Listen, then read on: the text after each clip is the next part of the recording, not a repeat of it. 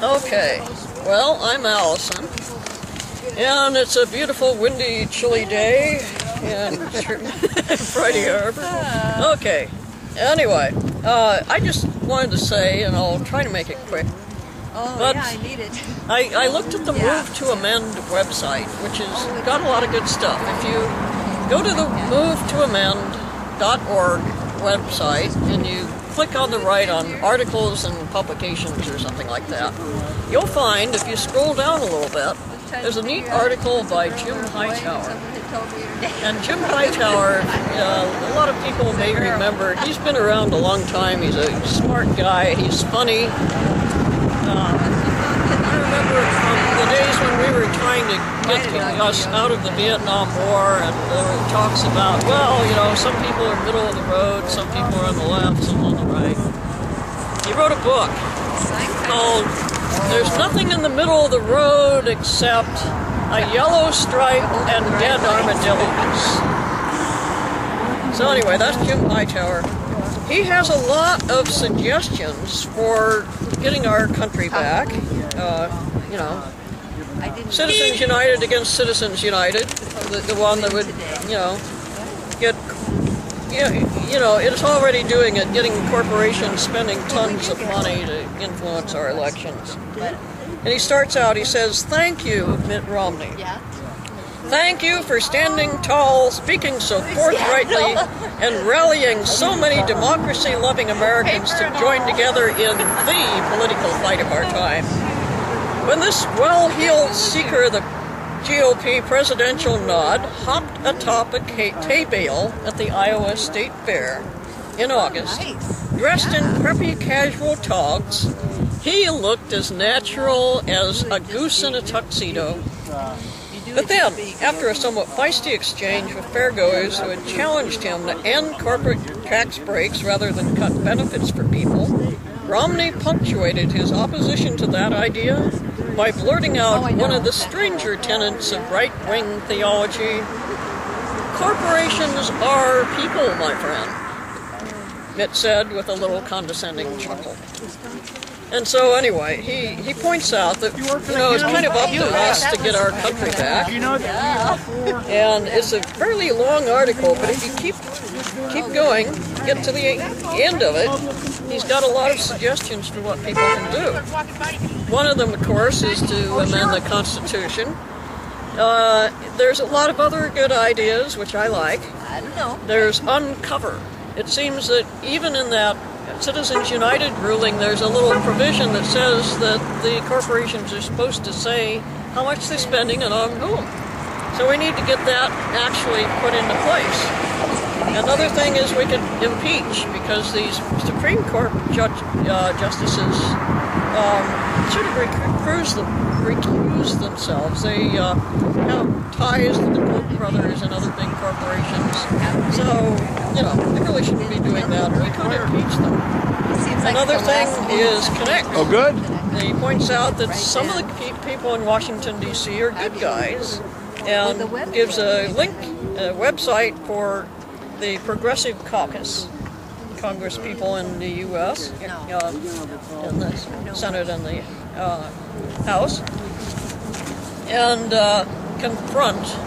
points out that now that it's election season, which seems to start pretty early, but when they come to town and you know, when you have a chance to talk to them,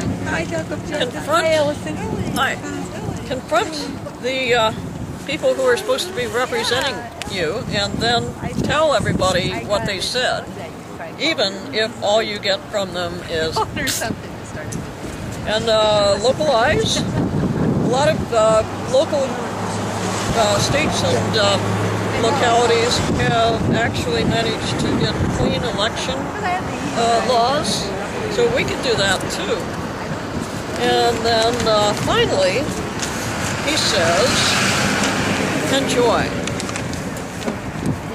And Hightower, being who he is, you know, he's funny, and he says, whatever you do, figure out how this could be more humorous, more lively, more entertaining, and more effective.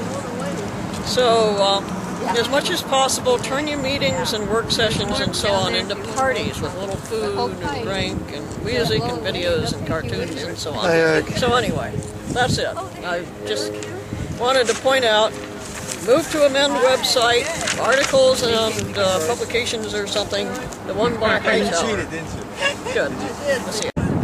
The main topic of discussion this week seems to have been women's health, in particular contraception.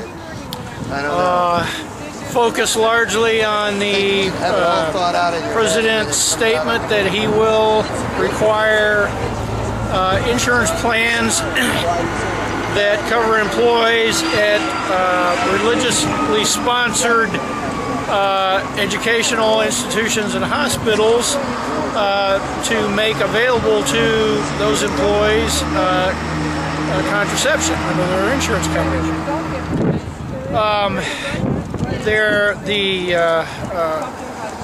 Right wing has gone completely crazy, saying it's unconstitutional to require this to be done.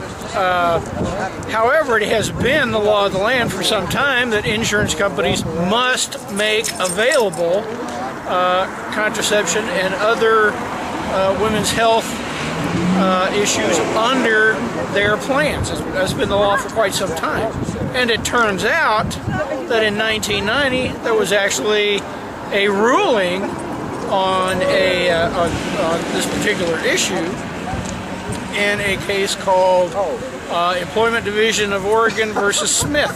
Now, it's true that this case had nothing to do with health issues, but it did have to do with whether or not people claiming religious exemption from law on religious grounds had any standing. It seems that there were a number of employees who were terminated from their government jobs and denied employment benefits for using the illegal hallucinogen peyote and in fact confessing that they had used this, but that they had used it on as part of a religious ceremony.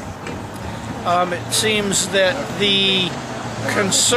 in a majority opinion written by the conservative lion of the Supreme Court, Antonin Scalia, Mr. Scalia stated emphatically that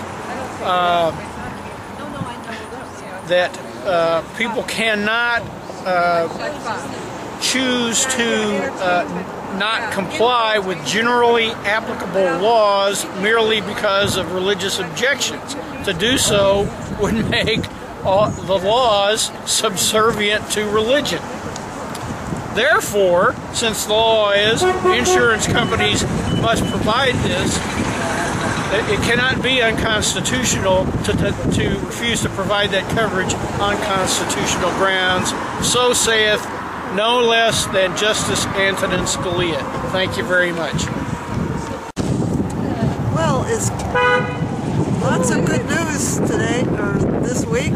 This week, Washington State stopped discriminating against sexes, and anyone at all can get married now, which is a great thing.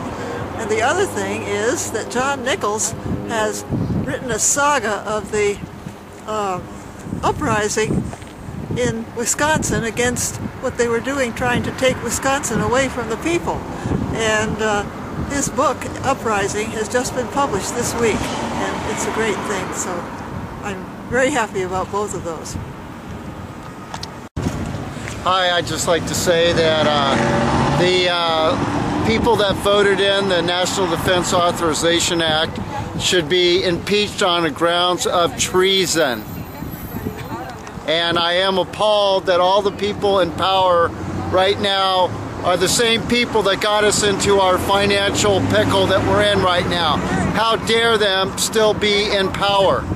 When is Americans going to wake up and realize we've been outfoxed? Thanks. We are the power in this country, and it's time we woke up and started doing our job. Peace. Thanks. Dog of justice. Let's see those big brown eyes, Doug of Justice. Oh, good enough.